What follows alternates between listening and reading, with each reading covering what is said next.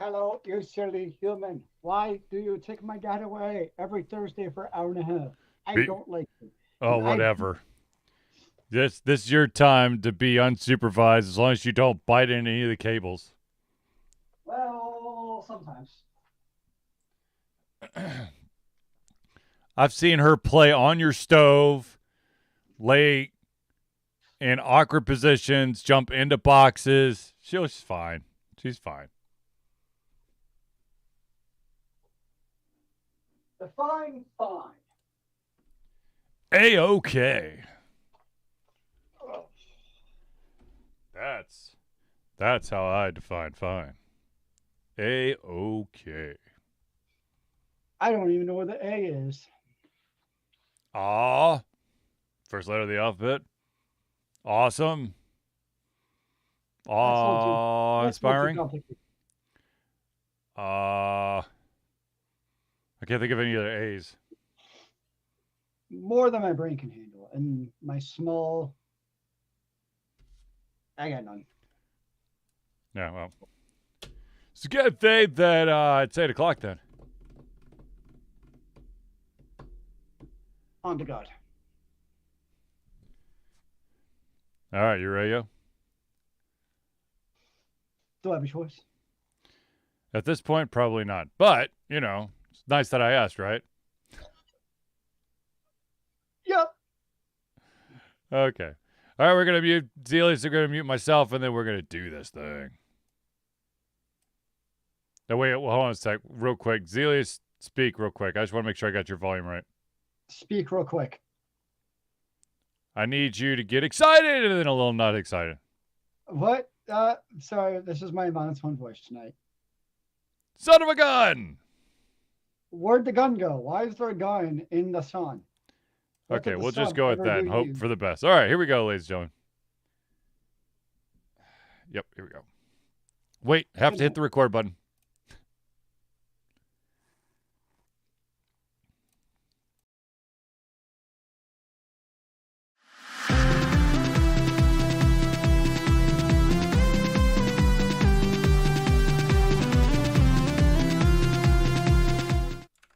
Hello, ladies and gentlemen, and welcome to another Disjointed Confusion Thursday Night Hangout. Why? Oh! Hello! No, that was a Y O. Oh, Is it's it yo spelled? backwards, though. This is off to a really weird start here. Ladies and gentlemen, I, of course, am your host, Charlie, and I'm joined once again by the prolific comer himself, Zelius. Cheers, mate.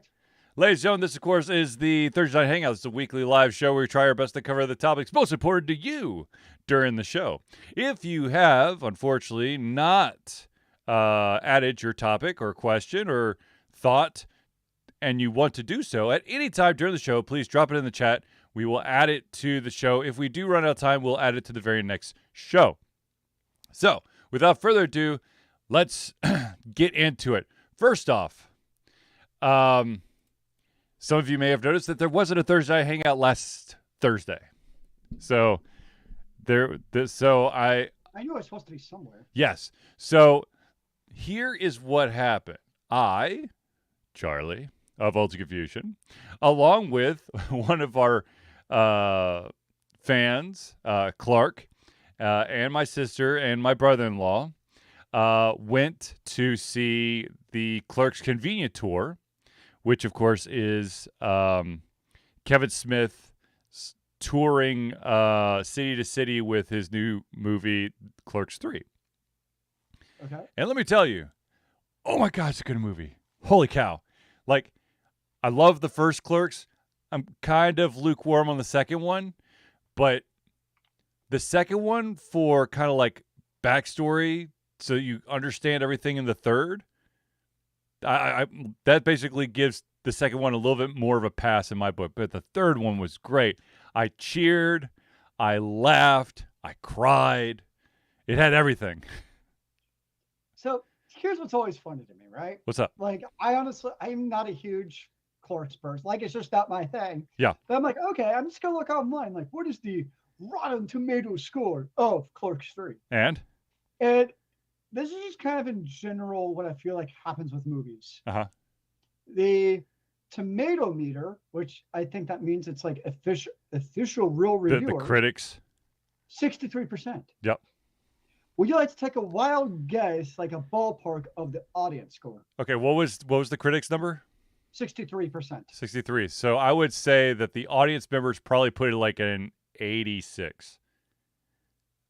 Really? 92? 93, buddy. Yeah. But like that's what happens. Like I feel like that's so common where like it's people love it and then critics like, well, it wasn't perfect. But it's good. Well, I mean, It's just kind of yeah. funny to me. Well, I think Where yeah. I think the other thing is that once again, Like this is the third movie of the series, and I think that if you were to watch it, there are a lot of references in this thing. So I think if you are not a fan of Clerks, if you're just kind of oh, this seems interesting, I want to watch it, which would be me, honestly. it's not. I mean, if in the movie someone says 37, do you know what that means? No idea. Okay. Then yeah, you're probably not getting as much out of it as the people who really like Clerks. I mean, it's just But that's fair. It would be like watching Avengers Endgame without having seen the other Avengers. Like True.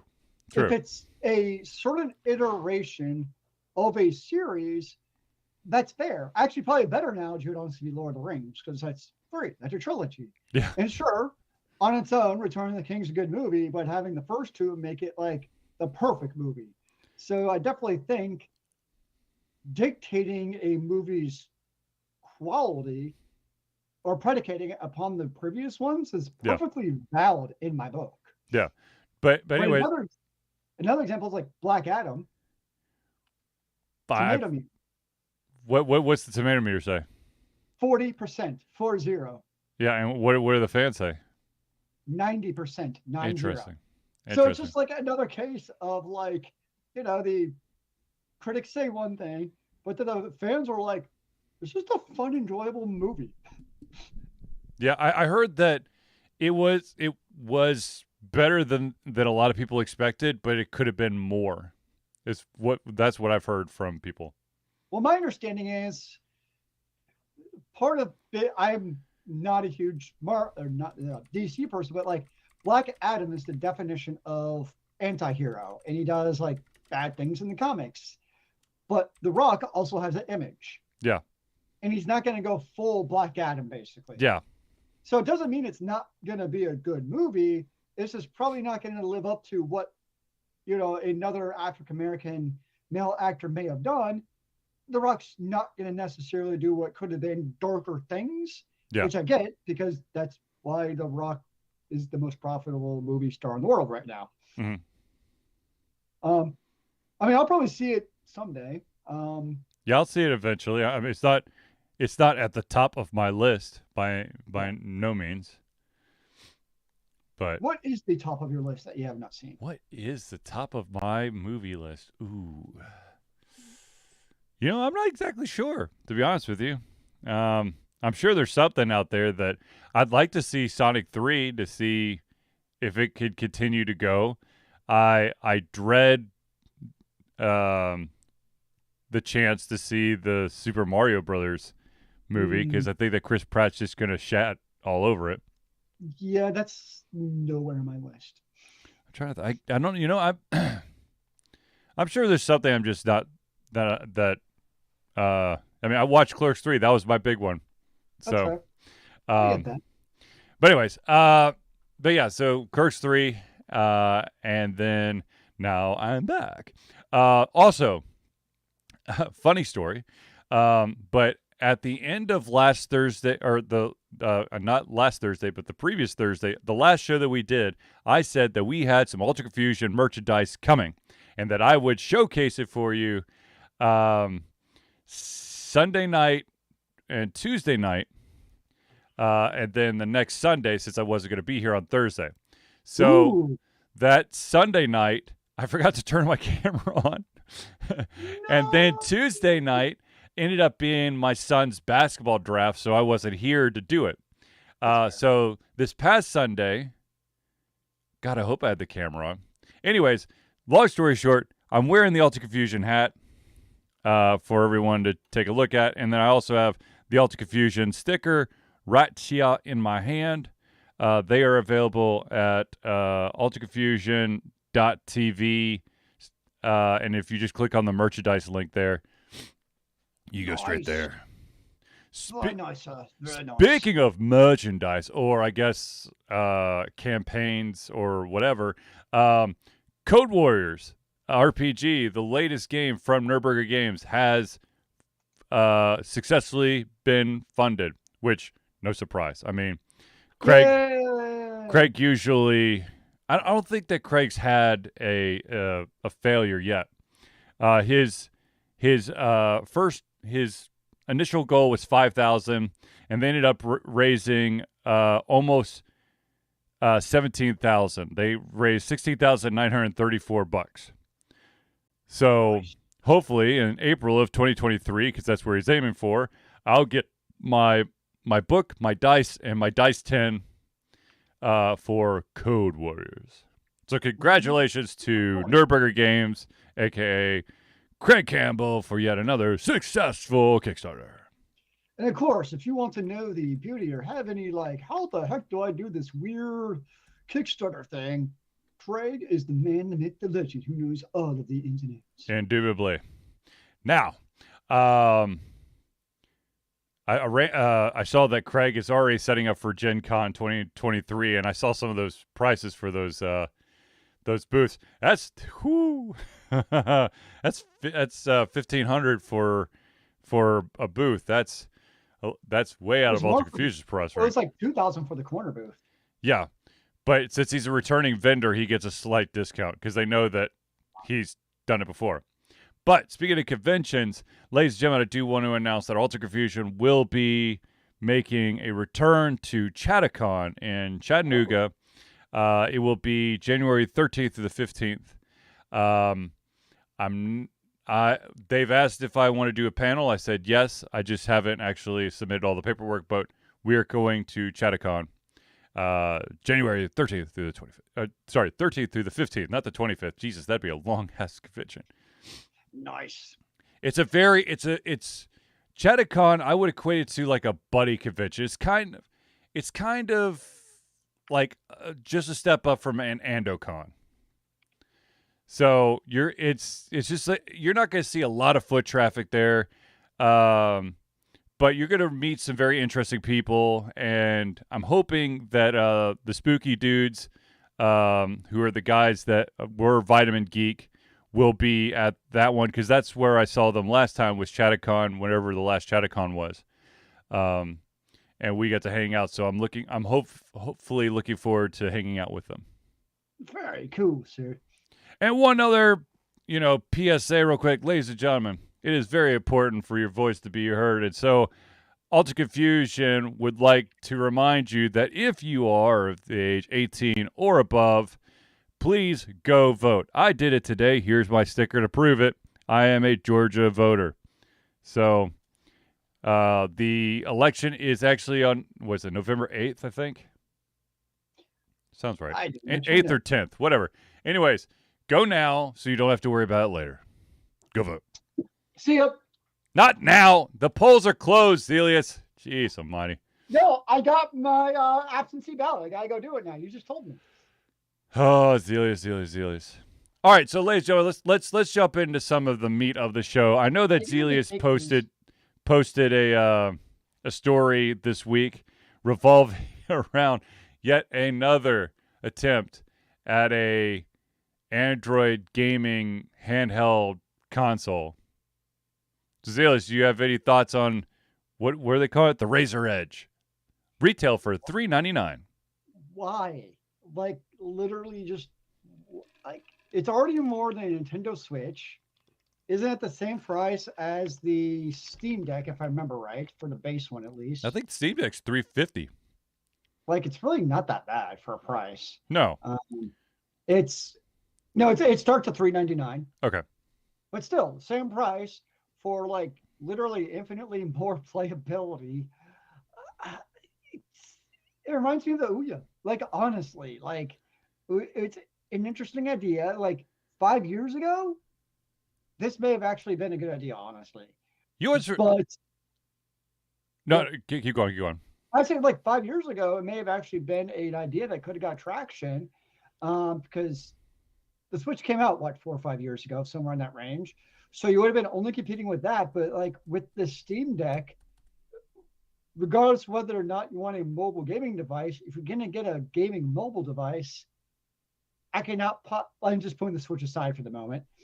I can't possibly imagine why you would choose a Android gaming dedicated device over the Steam Deck. Honestly, like I just don't get it. So like I don't. I mean, I know who the target audience is, but owner. Do you? Because I can't think of a target audience. Like the target audience is gamers. You mean all those but, people that already have an Android tablet where they play their games and they can exactly, already get the third-party accessory to have the gamepad functionality to it? like it's a dried up, basically target audience. It just seems silly. It just I don't get it at all. Um, yeah, Here's the funny thing. You said like 5 years ago, it made a lot more sense. Razer actually bought out Ouya, okay, so they could get their game library, so they could put it on their Android handheld device, the Razer Shield. I think it's the Razer Shield. Anyway, so I'm like, okay, so you're still trying to do the same thing that you did, but like it's like there's nothing new about it. It's not like I don't know. I can't. I see no appeal whatsoever. I don't. yeah, Ooh. So, is it gonna? Because the thing is, it's going to be playing Android games, which is going to be through the Google Play Store, which you're going to have your tablet already that already plays that shit, or you have your Chromebook that will already play that stuff. And but it's got a touch screen. Well, guess what? A lot of Chromebooks have a touch screen too. So I just I'm like, no. yeah. They mentioned you can actually get a serviceable Chromebook for the same price. And Yeah. actually, $400 is a lot for a Chromebook. Yeah. In terms of specs. Yeah. Um, yeah, this just seems. Yeah, I mean, I guess to me, in order of handheld preference, number one would be Switch, number two would be Steam Deck. That's about it. Like, if I get another handheld, it'd be Steam. I'm not planning on it. Yeah. But that'd be like the second choice. But really, it's like an Android tablet is like nowhere on that list. Yep. As far as, ooh, this is interesting. And I think it's because so many, like, if you already have an iPhone, what's the point? Or you could get one of those little, handheld, like probably Razer actually, like the little handheld devices to hook to it. Okay, you're out maybe $1,500. Mm-hmm. Or if you're an Android person, like you said, you already have those Android devices. Yeah. Yeah, it's like most of the stories I try to spin of like, what is the benefit of it? Like this is one I just really can't even bullshit one. Yeah. It's, Like, yeah. I mean, maybe it was in like development for like 5 years or something, and it just took them this long to come out with it. That's way too long to try to establish something that they failed a couple times already on doing. So, no, thank you. No, thank you. Or for the same price, you can get an Xbox or PlayStation 5. Yeah. And that has a hell of a library. Yeah. There's just so many, like maybe it was like $200. Mm-hmm. But part of the issue is the price point. You've already outpriced the Switch. Yep. You're at the same price as the Steam Deck or another console. So that's also the other issue. If you start looking at $399, like I don't know how you could recommend this at that price over the other options that are available. Yeah. Yeah, I got nothing. Or hell, if you really like Android gaming that much, just go get an NVIDIA Shield with a controller for like half that price. Shit, it was Nvidia Shield. That okay. So Razer had what was the Razer handle then? So the NVIDIA Shield, that's their streaming device. Okay, So, but it's like marketed as also being a gaming device. Like gotcha. someone's probably not going to buy it just to be a gaming device, but the fact it's both, and for whatever it actually does good at it. So like to me, that kind of makes sense because you're both that streaming device and you can game on it too, and it's in the same ballpark as the Apple TV. So to me, that makes sense, at least from a demographic perspective, as far as what are you trying to get. So that's like if you want to do like real Android gaming, I'd be like, just get that instead for Yep. half the price. Yep. Yeah, it's nope. I just I can't even make up a sales pitch. Didn't I think if I remember right, wasn't there yeah, Logitech is also announced the Android handheld device.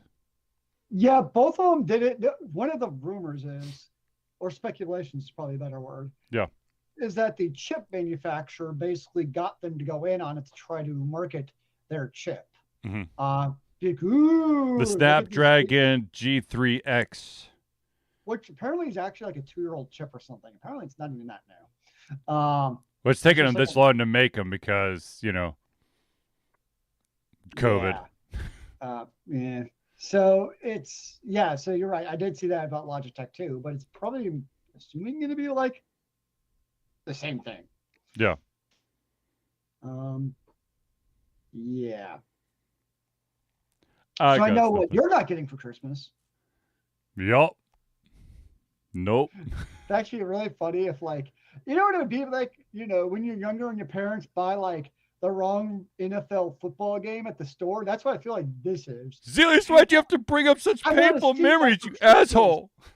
And this is like the only one that's in the store. Like the Steam Deck sold out.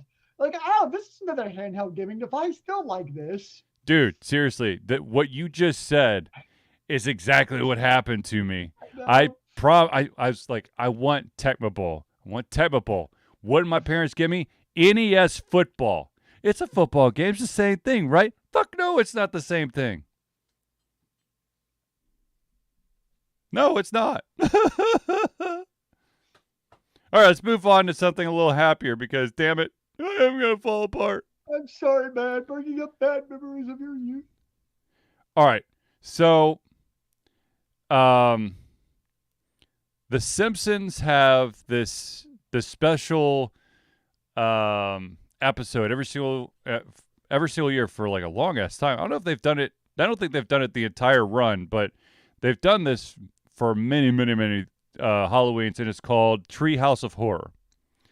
And this one is already making splashes because of the fact that one of the stories in there is going to be called the Death Tome, which is an homage to Death Note. And so that part of The Simpsons is going to be done in in that anime style. And I've seen some of the pictures, some of the screen captures, and I'm like, damn, this looks really good. Oh man. But so according to Wikipedia, yeah. Answer your question, yes, every year since 1990. Really? Has had a Treehouse of Horror? Yeah, every year's had one. Wow. That is nuts.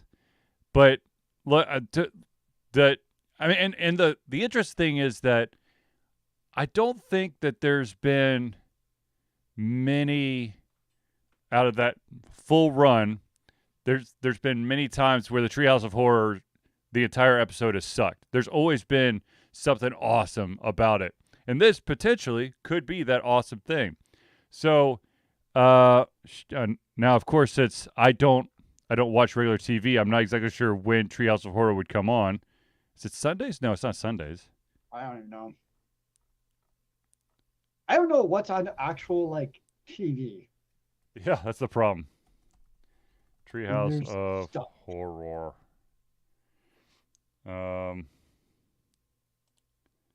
Let's see here. Right, what's okay, so the first one was October 25th, 1990, but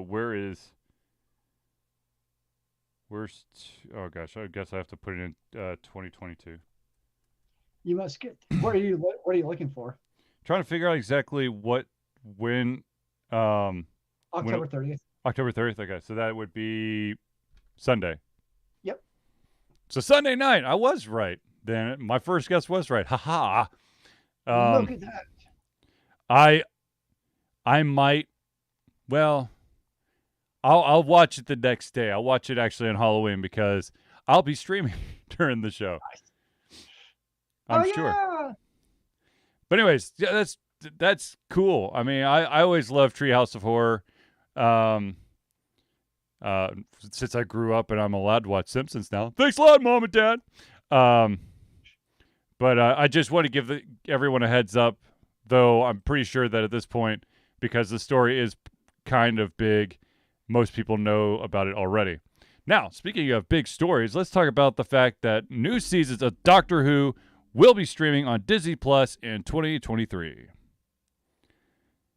But where can you get the old episodes? Zealous, please tell. Please tell. On HBO Max only, if you're outside of the UK, I should say.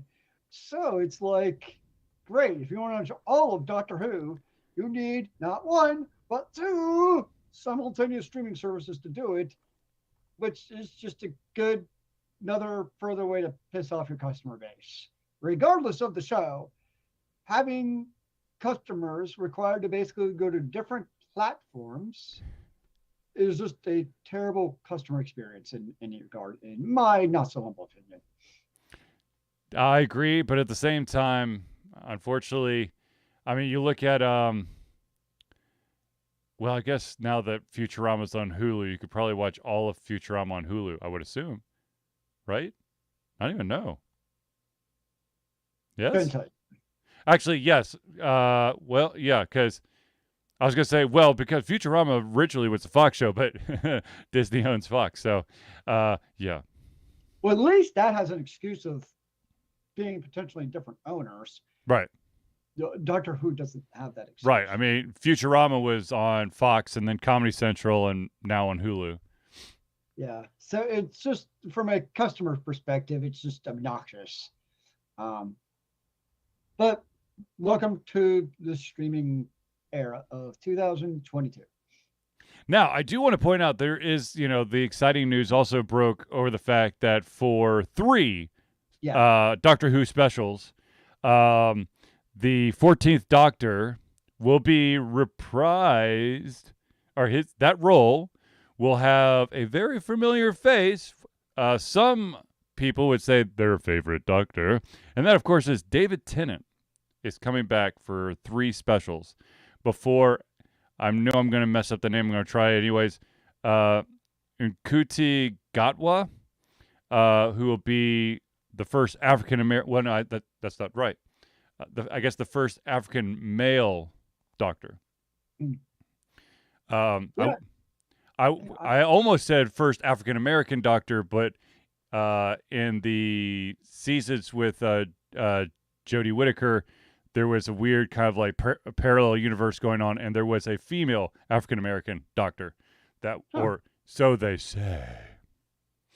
I have not seen any of her. I not too recently finished up all the Capaldi episodes. So him and his freaking guitar. And the glasses. Don't forget about his glasses. But of course, gotta have those sunglasses. I'm excited though to see Mr. Tennant, who I think is the best Doctor, but that's just me and my perfect little words. I would be very curious to, from when they, they rebooted it. So I'm not talking like, back in the Baker days. Yeah. But Tennant and Matt Smith, I think those two are jockeying for everyone's favorite Doctor. I'm not Capaldi. Jodie Whittaker, I know, ruffled a lot of feathers. So I really like Christopher Eccleston, but he just didn't have a very long run.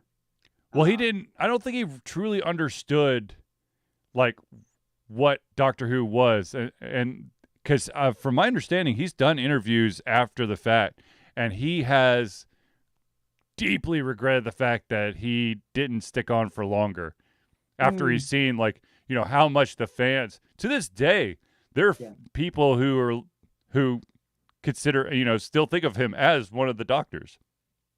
Well, he is. Oh, I know, but I'm just saying, there's a lot of TV shows out there that once you're done with the show, Oh they yeah. kind of like excommunicate you from their fandom. Yeah, no, that is true. I'd agree because I mean, you look at really what it's done for Tennant and Matt Smith's career Yep. was very much a launching point, and I think that was in a not insignificant part due to their longevity on the show. Yep. I mean, they had a couple of great seasons with a couple of really cool arcs Hmm. in their shows that really kind of showed off, and now they've gone on to do bigger and better things. Um, and I think that's something Eccleston probably did miss. For whatever reason, he was only on the one season, and I do think he definitely could have easily done a couple more seasons, like a Matt Smith or a Tennant. He was definitely a quality enough actor in what he was doing with his companion Rose. It was they had something good going. Which, ladies and gentlemen, if you're curious, yes, Zelius' cat is named after David Tennant's love interest, Rose. So, She's also my love interest, in case you haven't noticed. speaking of David Tennant, this is something I really need to get back into. I only watched the first 2 episodes of it, but there's going to be season 2 of Good Omens coming, which of course stars David Tennant and Michael Sheen, which of course is a Neil Gaiman product, so it's going to be good. I had not seen any of Good Omens. It's been somewhere on my list, but I just haven't got it. Yeah, I feel like that's a show that you kind of just have to hunker down on. I don't think it's one of those you could like watch an episode here or there. I think Yeah, and the way that the last, I mean, like I said, I watched the first 2 episodes. I'm like, all right, but then I kind of got sidetracked. And for me, if it's that kind of like story driven thing, it's really hard to get back to it because they're like, wait, what? This guy, what happened? Because there's a lot of setup in the first 2 episodes. I've Um, actually been watching Rings of Power. Have you seen that? no, I have not. That's the one where they just had a big reveal, right? I haven't finished it yet. Something about Sauron. Yeah, all I can say is some of the people hating on it just need to Calm down. stop being dumb. Well, Like, welcome to internet trolldom. like if you take it as being a Lord of the Rings thing, Yep. send that world with like elves and hobbits and orcs, it's great. I'm thoroughly enjoying it. But then people like, well, there was this one off word that Tolkien had in the subnode of page of 465 of this non-canonical book. I'm like, shut up. Yeah, like I just like sometimes you just gotta sit back, remove yourself, and just it's about fucking elves. Just enjoy it. And dwarves. Don't forget about those You know, dwarves, yes, man. I can't forget about doors, man. Jesus. Uh, no, it's solid. I'm thoroughly enjoying it, and yeah, Sweet. What am but I I don't want to give watching? anything away, so I don't want to say anything. But Oh, it's solid. I've been milking this show, but I finally finished the first season. I'm hoping it's the first of many seasons of Welcome to Wrexham. That documentary where two celebrity TV and movie star buy a club in Wales, and it's just like the trials and tribulations of what it's like to try to run something like that. And it by the show, because they involved the fans so much in the actual documentary, man, like I think I started bleeding a little bit. Some of my blood turned into Wrexham blood by the end of the first season, because you see how important it's a small town, and how this soccer team truly is like the backbone and the heartbeat of this city. And when the team does good, the just you could just see this like uplifting kind of like experience go throughout the entire town, which is awesome. You would never see that in Atlanta, though. Sorry, but Atlanta's an international town. You have fans from every walks of life. I don't know, it was pretty uplifting when UGA won the Super Bowl. I'm just saying. UGA has not ever won a Super Bowl, Zelius. That would be down from 28-3 to beat the Texas A&M. What are you talking about? What are you talking about? There are a lot of University of Georgia fans in the state of Georgia. So the state of Georgia, especially Athens. I mean, Athens was probably like a party for a month and a half at least afterwards. But anyways, I watched that. I wonder if you have like a big banner now behind you for the Wrexham. Yeah, I should at this point. But hey, Ryan Reynolds, if you want to, if any of your multi-million-dollar money wants to put a banner behind me, and I'll support Wrexham. I mean, it's probably also brilliant marketing there, because now everyone's going to be like, wait, where do I get Wrexham like merchandise, basically? Every single one of Ryan Reynolds like endorsement deals, like the mobile company and his gin company and his internet password company, TikTok. I mean, he got them all to sponsor Wrexham. You can get leisure wear at their website. Yeah. And you can really advertise for TikTok while you're at it. Yeah. That is what's so different, like for me, from like American sports versus mainly soccer, is I feel like most soccer kits, like if you purchase them, you're like advertising largely for, TikTok or American Emirates or whoever it is. Yep. I know America they're starting to get those little emblems. And the NBA is starting to show a little bit more where they're allowing for more. I mean, it's not FIFA level, but you're starting to see the logo of sponsorships on their jerseys. Yep. It's all about the monies. Exactly. All right, ladies and gentlemen, we do want to pause just for a second to do the friends of the show. These are the amazing people who help Alter Confusion continue to do what they do. And so every single week we give some shout outs, some loves for these people. So let's start from the top.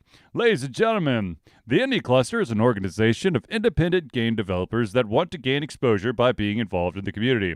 They collectively journey to popular conferences as a traveling booth to help gain attention for their games. They make partnership in local communities to bring games to the mainstream mindset. They highlight local, unusual, and rare concepts to challenge the paradigm of the common. They also host events to teach kids and minority groups about game development to hopefully one day enter the industry themselves. For more information, go to indiecluster.com. That's INDIECLUSTER.com. Indie Cluster. The next shout out we got to give out is, of course, Noodle Boy Media. Founded in 2015 by Andrew Trent, Noodle Boy Media, previously White Kid 47 Media, is your choice for professional photo shoots and panel recordings at conventions. They pride themselves in providing a high level of professionalism, top-notch experiences, and quality services. If you want more information and to view their full list of services, check out facebook.com/noodleboymedia today. The next shout out I got to give is to the man, the myth, the legend. This individual can help anybody and everyone who's got some back pain in the greater Atlanta area. Ladies and gentlemen, I'm talking about Hero Chiropractic. Hero Chiropractic is a unique healthcare practice set up by Ryan Moore. The company's focus to elevate a patient's experience of freedom, creative expression, and joy. They believe that everyone can be a hero and has incredible heroic potential inside themselves waiting to be unleashed. Hero Chiropractic focuses on mobile chiropractic care in the greater Atlanta area. They are committed to healing clients by creating a plan of action uniquely suited for each person. They make that plan of action as convenient and affordable as possible, and most importantly, suited to your individual needs. For more information, go to herochiropractic.com. Now, the next shout out we got to give is to our audio mastermind, and that, of course, is Crosspad Creative. Need a new logo or want to work on a full branding and content strategy? Or maybe you need music or audio for your content, just like Alter Confusion. Crosspad Creative offers a whole host of solutions for individuals and small businesses. Just email Josh at crosspadcreative@gmail.com and see what he can do for you. Now, the final shout out we got to give is to the man who has been supporting us the longest, and that, of course, is Agile Axiom. By day, Axe leads both a development team and system administration team working with satellites at NASA's Goddard campus. But while not in meetings, and many times during, he is the Agile evangelist, Agile Axe, championing the philosophy of Agile and trying to make the world a better place for software developers, testers, system admins, and software projects the world over. Decades of experience in software development and leading Agile teams are brought to bear against evil processes, ineffective work, and bad habits. For more information, go to agileaxiom.com. That's AGILEAXIOM.com. Now, ladies and gentlemen, I know that everyone out there is dying to know, how do I become a friend of the show? And so I will simply say, ladies and gentlemen, Alter Confusion has a Patreon. We survive on the love and support of fans like you, and so we have this Patreon page. Patreon lets you, the fans, lovers, haters, demigods, interdimensional beings, gods, demons, aliens, supporters, and many more to become active participants in the work we love through a monthly membership. This gives you access to exclusive content, community, and insight into our creative process. In exchange, we gain a bit more freedom to do our best work and the stability we need to build an even stronger creative career. Currently, there are 2 different levels that you can subscribe to. These, of course, are monthly subscriptions. So there's the $1 a month or $12 a year level. And what that will get you is early access to all of our playthroughs, as well as access to patron-only posts to help shape the future of Alter Confusion. Now, if you want to actually be one of those friends of the show that gets announced every single Thursday night hangout, you want to go to the $5 a month level. That's $5 a month or $60 a year. And that will get your name or organization added to our thank you section of every single Thursday night hangout, as well as all of the other goodies at the $1 level. Now, ladies and gentlemen, I do want to point out that we are about to turn our next early access playthrough live for patrons only, and that is going to be the game Voodoo Detective, which is quite the interesting game, I must say. So for you patrons out there and for you future patrons, you get to look forward to that playthrough coming exclusively available to you very, very soon. Now, ladies and gentlemen, I'm not going to be able to do this next one many, many more times because not this Saturday, but the following Saturday, ladies and gentlemen, Alter Confusion is proud to say that we have been fundraising for Extra Life for 11 straight years. Extra Life is gamers doing what they do best, game, to help sick and injured children at their chosen Children's Miracle Network Hospital. The money we raise through Extra Life will go directly to Children's Healthcare of Atlanta as unrestricted funds. This means that the hospital decides where and how to spend the money to ensure the dollars we raise make the biggest impact on the lives of the kids they treat. So if you have the capacity to donate, please go to extra-life.org and search for Alter Confusion today. And so speaking of Extra Life, okay, so there's an itty-bitty, teeny-weeny little wrinkle about Extra Life this year. And that is that I will be gaming, okay? Don't get me wrong. I will be streaming and gaming for 24 hours during a 24-hour bit. However, there is going to be an hour and a half where I will unfortunately not be able to stream. And it's because I am double booked.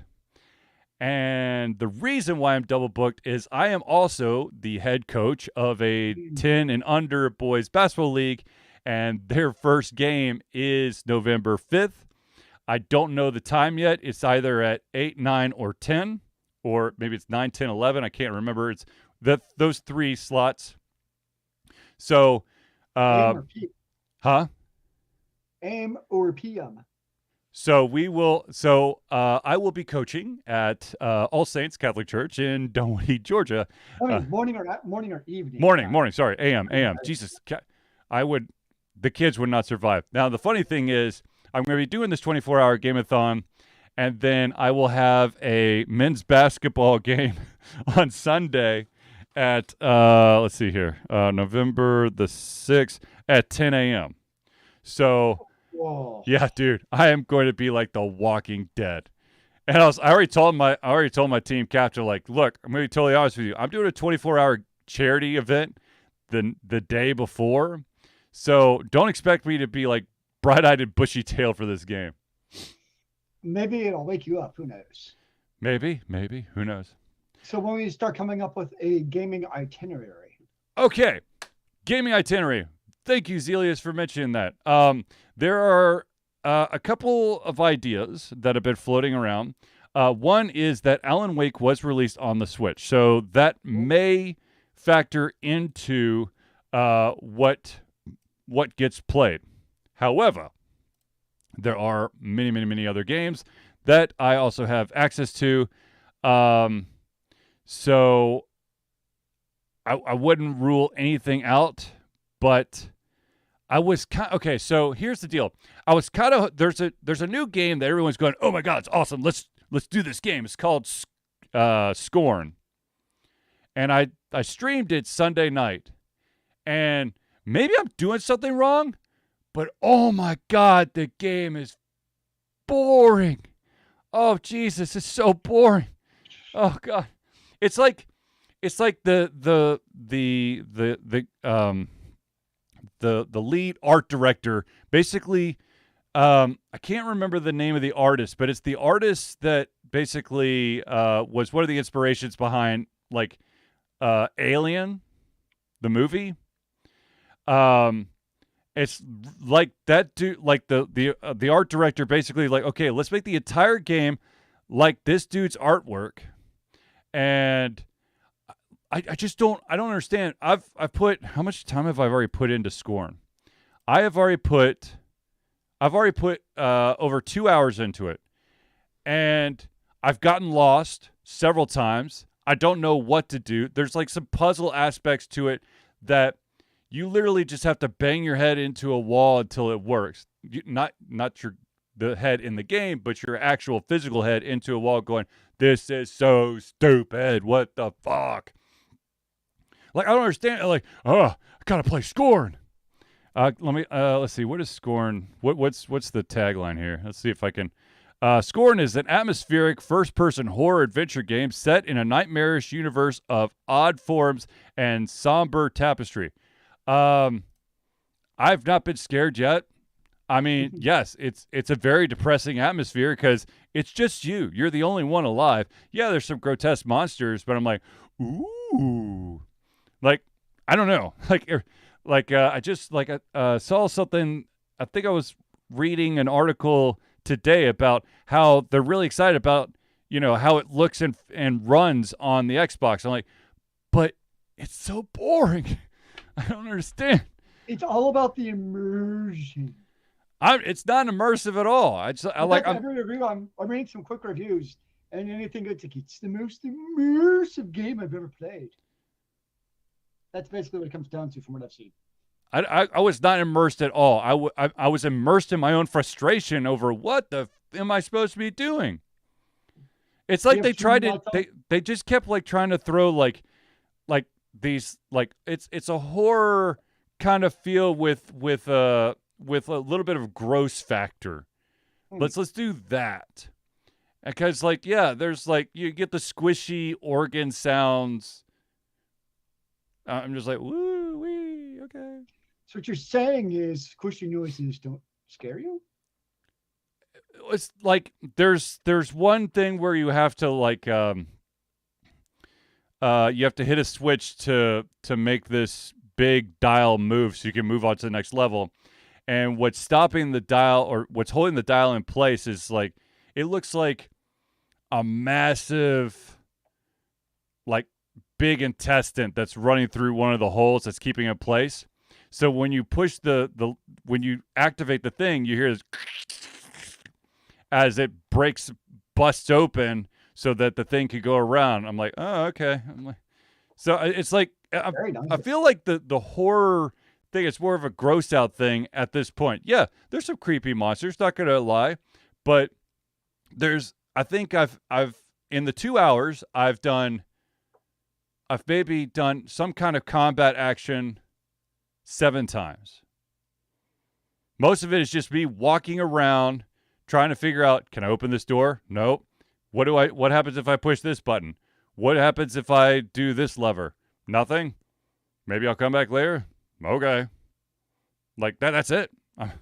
So are you drawing a map like a Metroid game so you know where to come back to? I should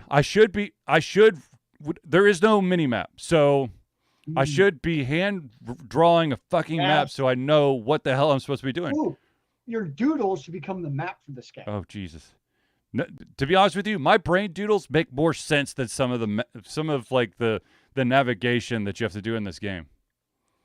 I'm sorry. If anyone's like a huge Scored fan, you know, maybe you Playing could about tell 10 me the minutes. secret as to what's so amazing, so immersive about the game. Because, like I said, the only immersive thing is I'm immersed physically, fully and physically in my frustration over I don't know what I'm doing in this game. This is this I it's I played it for 2 hours during the stream, and then I was like, I've got to take a break because I'm getting bored to tears. Like I don't. Here's the thing: there are certain games that I play that I know would be like nails on a chalkboard to watch someone play, but this is like while playing it, I feel like nails on a chalkboard, and so I had to stop. I switched back to dot hack, which of course I'm in the third and final chapter of dot hack. And for GU. as many games as you play, to have that type of criticism, it has to be pretty boring. Yeah, it is pretty I boring. mean, It's that's like the first time I think I've actually heard you raise that because you've had a lot of criticisms over games for various reasons, and it's fair because all games have their faults. yeah. But I think it's the first time you've actually given that specific type of criticism for a game. I think it's partially because there's been so much hype and so many people talking good stuff about it. I mean, there is I always go. This is always my fallback to games that I will constantly shit on, and that is Lord of the Realms 3, which I literally and I will still go on record and say, me taking a physical shit in that physical box increases the value of the game because it was so terrible. Yeah. But anyways, speaking of terrible, let's talk about the ever present in the news in some sort of legal way Activision Blizzard. Oh, So you may know that Activision Blizzard has finally begun bargaining for its first union contract with the Game Workers Alliance at Raven Software. However, what you may not know, what's up, Nakamoto? What you may not know is that Activision has actually rehired the law firm Reed Smith to help undermine the organization of that union. Oh, God damn it. I am going to try to reach out to some friends, and I'm going to find someone who understands union law, and I just want to, I want to get them to like interview, and because I'd be very interested to see the kind of the crazy shit that all these game companies are doing, and of course Blizzard. There was so much pressure on Activision Blizzard to get this, to allow this unionizing for Raven Software, and now there's already whispers of they rehired the firm that's helped keep unions out of Activision Blizzard. You know what it reminds me of? It's a little bit like the Lakers and the NBA. They're all glitz and glamour, and they just continue to shit bricks, and yet you continue to talk about them, and you just know that in the next couple of days there's going to be another crappy news. Yes. Yeah, it's just dull. No positive. It's not even like the old adage, like any news is good news. At this point, I think. Yeah, I think Activision Blizzard just wants to get out of the news. Yeah, they passed that point of like, no news for Activision right now. It's all bad news for like, even like Overwatch 2 is basically taking a giant crapper. Everybody hates the battle pass system with an undying passion. I've heard that the Halloween themed whatever, everyone's like, dude, this is like a huge step backwards in comparison to previous runs on the original Overwatch. I have honestly not logged into Overwatch 2 at all, so I can't really say. And that one was, so it's kind of ironic because if you think of Overwatch 1, it was a purely PvP based game where I know you always give crap over buying skins that you'll never actually see because it's a FPS, but like the skins and the atmosphere for events were really good in Overwatch 1. I mean, that's part of what made it a fun game were the events. And they always did, I thought, a phenomenal job with that. So not having stepped into Overwatch 2 and hearing that kind of makes me sad because like part of what was supposed to be the appeal of Overwatch 2 was the PvE. So like if they can't even get this right, which was supposed to be one of the appeals of PvE, is like that immersion and story and blah, blah, blah, blah, doesn't give me a whole lot of hope. Oh, no. Yeah, it's like... No, my wallet just got a lot lighter all of a sudden. Uh-oh. What'd you get? No, I'm I'm trying to stop myself right now. There is Steam, of course, is doing what they call the Steam Scream Fest, starting October 25th through November 1st. They are discounting some of these games, heavily discounted horror games. And there is a bundle. There is the Dead Space Pack bundle that normally is $70 and is 55% off. And in that bundle, you get the first, the second, the third, and the expansion for the third. Now, that being said, which actually is kind of funny because the first one is the one part that's not discounted. The first game, Dead Space, the original, is priced at $20. But Dead Space 2 in this bundle is $5. Dead Space 3 is $5, and then the expansion is $5. So, but I could care less about the third one. That one's absolute shit. It's not a survival horror as much as they want to say it is, but maybe that's what I'm going to be streaming. Nice. Just Dead Space. Like, and then for me with Overwatch, like I originally was all in on PvE for Overwatch 2. I know that's we were talking it up, going, this could be good if they actually do it, and then that's the first thing they dropped. And now, when eventually comes out, I'm very much a wait and see. I'm just, unfortunately, Blizzard has lost that trust. I know it's been a long time coming. Some of us are slower than others, but still. Chip loves your hat. Chef, yes. Actually, my old boss wouldn't let me wear this to work, so I'm making up for lost time. Actually, if you want some true awesome bundling, and you want to help support a local Atlanta company, the Atlanta company is Tripwire Interactive, and their game Killing Floor. They have the Killing Floor Complete Pack, which has the game, and then 1, 2, 3, 4, 5, 6, 7, 8, 9, 10. Oh, Jesus Christ. Okay. Where's the damn number of like how many things are included in this bundle? Because I'm not going to count all of these. Oh, it's got Killing Floor 2. It's got, so yeah, you're getting a ton that's in this bundle. And it's 83%, 83% off. Usually this entire bundle would cost you $217. It is $36.30. So if you want to, actually Tripwire got bought out by that company. We did that story, that's that Swedish conglomerate. But still, So it is a I'm local not gonna company. lie. I thought you're originally slow rolling out. If you want to support a local Atlanta company, Hmm. then you should buy some Alt Confusion swag. Well, that too. If you, Because to have the local company, which I have very conveniently linked in chat so people can represent it.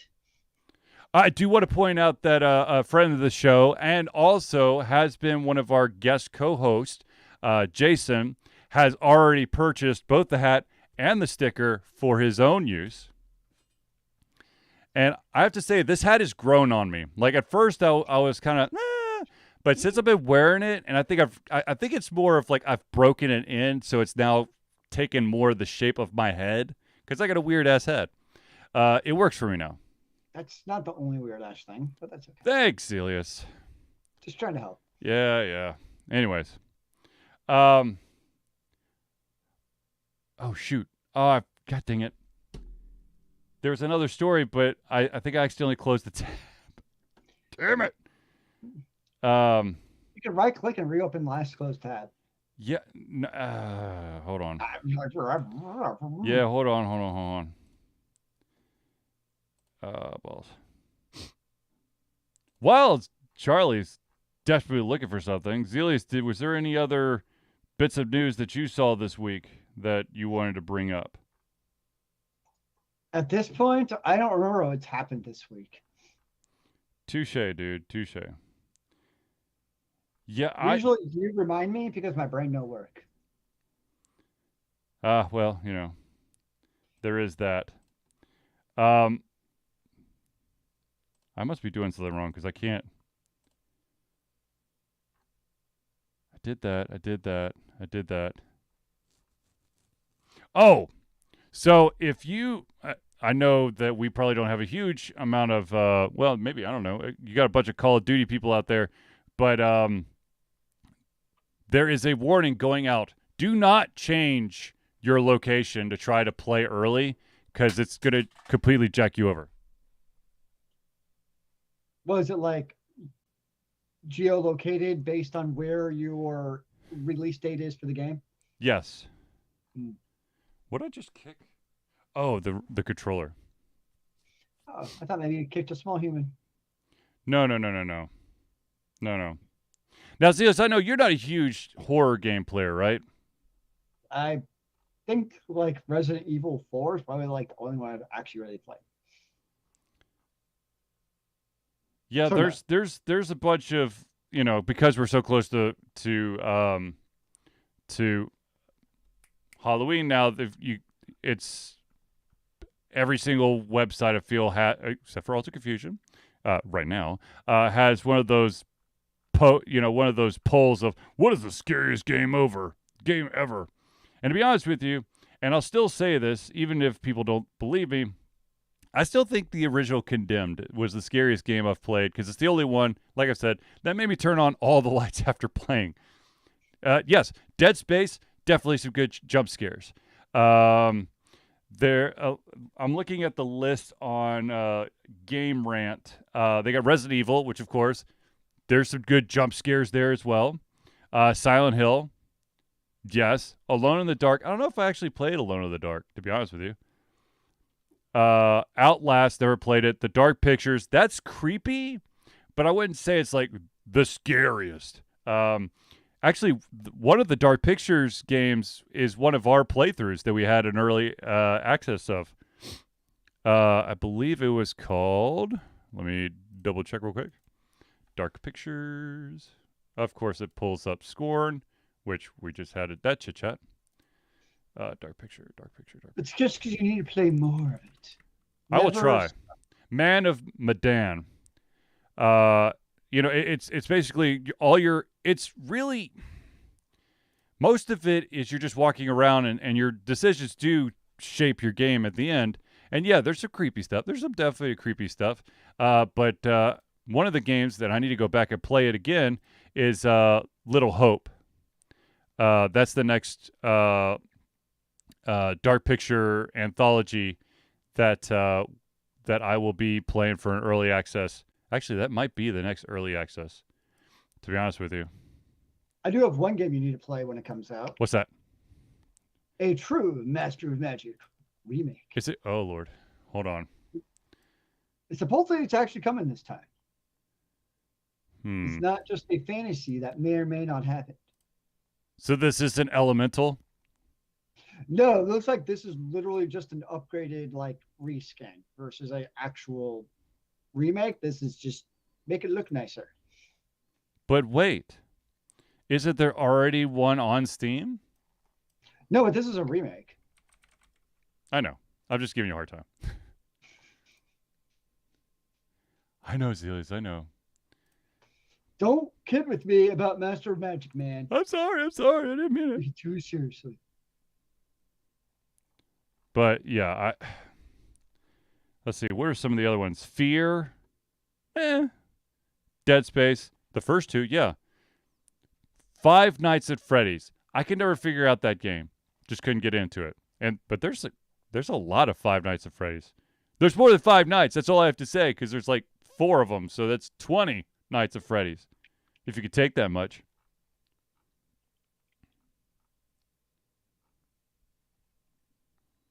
What does Zelius do? No, okay. So here's what's funny. So I was looking at Master of Magic. Yep. And I'm looking at their developer blog. Mm-hmm. And their first line is Master of Magic, that it is the game which essentially invented the 4X genre back in 1994. I'm like, no, that was Civilization 1, which came out in 1991, basically invented the genre. Yep. I mean, I'll say Master of Magic obviously did a great job at the genre. But if it truly was what they're saying it was, then there would have been more than one. Yes, it's really it's really Sid Meier's Civilization. That's the OG 4X that really invented the series. There it is. Okay. Here's the tab I closed by accident. CD Projekt Red has announced they are doing a remake of the original Witcher utilizing the Unreal Engine 5. Which is also what they're doing the next. Yes, the next Witcher game. Everything in UE5 now, basically. Which, of course, I'm like, all right, probably gonna buy it because I've played all the Witchers and I enjoyed all the Witchers, and I feel like in some respects the Witchers have become more tame as it's gone on. I feel like the first one was more, European freedom with like nudity and that type of sensibility, and then as it's become more of an international hit by the third one, it's cleaner. I had to make it more acceptable in more countries. Yeah, I could see that. And I know this. I know I've said this before, but I'm going to reiterate it. It's really interesting to see what video game developers have to do to get their game into certain countries. And yes, nudity or violence, blood, gore, subject matter, that definitely plays into it. But what some people don't understand is there's also like certain color palettes that you cannot have in certain countries because certain colors mean certain different things. So I'll have to do some research and pull and find this. But I used to know a website that had all the different color palettes for Sora from Kingdom Hearts, because Kingdom Hearts should be, a universally, acceptable game. However, Sora's outfit has to be different colors depending on what country the game's in. It's like the Bloods and the Crips, man. You just can't wear the wrong color. You know Well, it's like in certain cultures, red means something different, or yellow means something different. It's like, fun fact, if you ever go to any of the Disney theme parks and you ask for directions, you will always have the person giving you directions point with two fingers, never one finger. Because one finger is obscene in certain cultures, where two is safe and basically universal. So, yeah. Huh. So if you ever go to like this like international theme parks, you'll always see that people point with two fingers, not one. So, fun fact. Also, since we're giving out fun facts, did you know that by the year of the death of our first president of the United States of America, George Washington, the first dinosaur fossil had not been unearthed, which means that when George Washington died, he was not aware that dinosaurs ever roamed the earth. The more you know. What a tragic life to lead. I know. Seriously. Like, if I didn't know it'd be like not knowing that aliens exist. It's just not worth living. They don't exist. Come on, man. We're the only ones in the universe. I'm gonna throw this rock through the internet at you. We're the only ones. There's no one else. There could never be anyone else. Are you seeing the X-Files is lying to me every time I watch it? I want to believe, but I can't. Oh, you had me for a second. I'm so sorry. If you have Netflix, I highly recommend that you check out Cabinet of Curiosities by Guillermo del Toro. He is the executive producer, and a bunch of, I guess, like-minded individuals have these little shorts that are about 45 minutes long. And I watched the last one, and I think I missed the very beginning of the opening credits. But as soon as it got into the episode, I'm like, oh shit, someone is doing Lovecraft. Because it's like within 5 minutes, like, yeah, Miskatonic University. I'm like, oh shit, this is gonna be fucked up. Was this sufficiently fucked up? Yeah. And it will also, if anyone out there has ever seen Narnia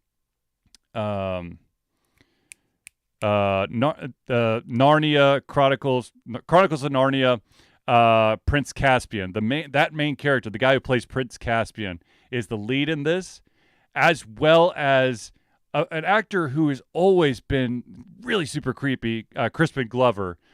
And you put the guy who played Prince Caspian, Crispin Glover, and then put a Lovecraftian spin on it, it will mess with you up to the end. Though I kind of guessed what the end was going to be. I was like, oh no, the dominoes are falling all the wrong way. This is going to be bad. But to be honest with you, I think I might have accidentally binge watched the first 4 or 5 of those. I think only one has had a happy ending. The rest of them, and it wasn't really happy. It was not happy. But you kind of like, yes! The rest you're like, oh, crap.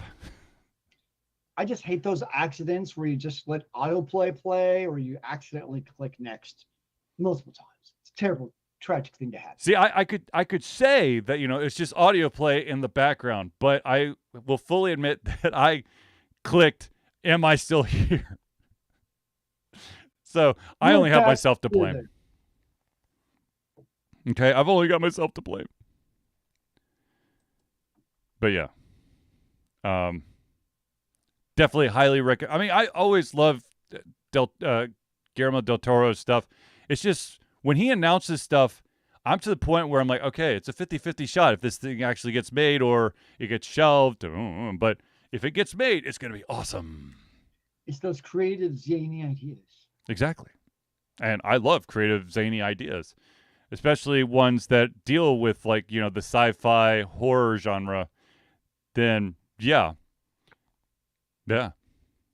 Sounds like he needs to make a Dead Space game. I want to say he was tied to a game for a while, but I don't remember. Let me see. I'm going to check it real quick. Hold on.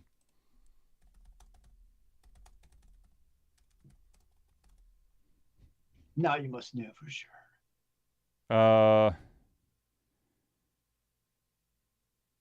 He previously worked on 2 high-profile video games, neither of which ever ended up being released. So he's basically like, nah, yeah, I'm not going to do that. What were the 2 games? I want to say one was a Silent Hill, but I could be wrong. Silent Hill. Let's see here. Trying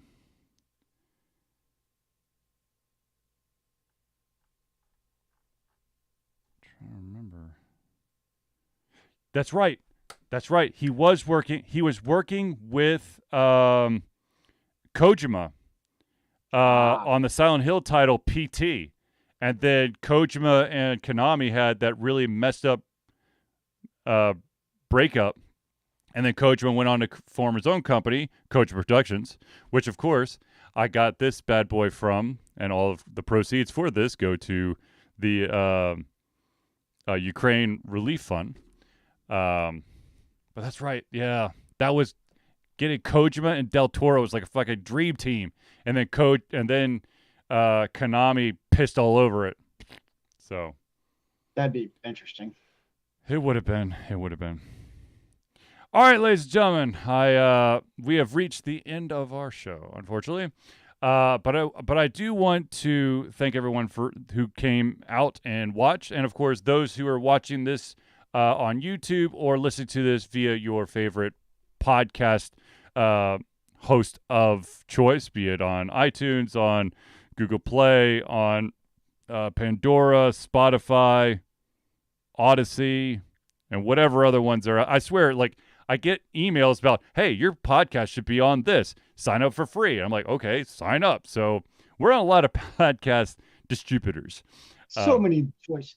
Yeah. So anyways, hopefully you enjoy what you hear and you tell all your friends. And of course, as Zelius put in the chat, if you go to ultraconfusion.tv/merch, that's MERCH, you can get one of these bad boy hats or one of these vinyl stickers, which this one is destined for the back of my car. But I might actually have to buy another one because I want to put it on a laptop too. Anywho, ladies and gentlemen, thank you for tuning in to the Ultra Confusion Thursday Night Hangout. For myself, Charlie, and Zelius, it's been a pleasure giving you everything our heads, our mouths, and of course, our hearts. I will be back next Thursday. Zelius, will you be back next Thursday? Chances are no, but I'll let you know for sure on the Bewitching Day. All right. If Zelius is unavailable, I will try to find a co-host. If I can't, I will pilot this mofo solo because it will be the Thursday, which would be a day and a half away from the Extra Life Game-a-thon. So I will definitely have a show next Thursday. So ladies and gentlemen, thank you for tuning in, and we will see you next time. Remember, kids, keep on gaming in the free world. Amen to that, brother.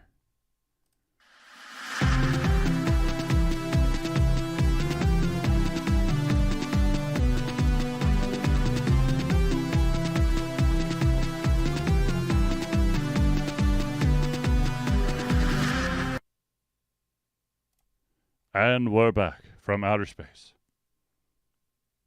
I don't know what we were doing up there, but damn it, we're back. Say, where were we? I'm so confused. Outer space. Now I'm going to find out exactly how many episodes I accidentally watched on Netflix. All of them. No, it wasn't all of them. If it is, then I'm going to be really sad real fast. No, because there's 8 episodes, and I have watched 5 of them. And they oh no, they're all 60 minutes. I thought they were 45. Never mind. I don't know why I thought 45. But anyways, yes. The episode that I watched that was Lovecraftian, the name is called Pickman's Model. Pickman's Model. Oh, yeah, that was fucked up. Oh, man. Yep. Okay. Yep. Good stuff. Good stuff, guys. Good stuff. Anyways. All right, ladies and gentlemen, I'm going to shut this down. I need to talk to Zelius offline real quick, but thank you for tuning in. I will be streaming on Sunday, Tuesday, our show next Thursday, and of course the 24-hour Gameathon starting on Saturday. And then, of course, that following Sunday, I never actually stream. So, yes, Zelius.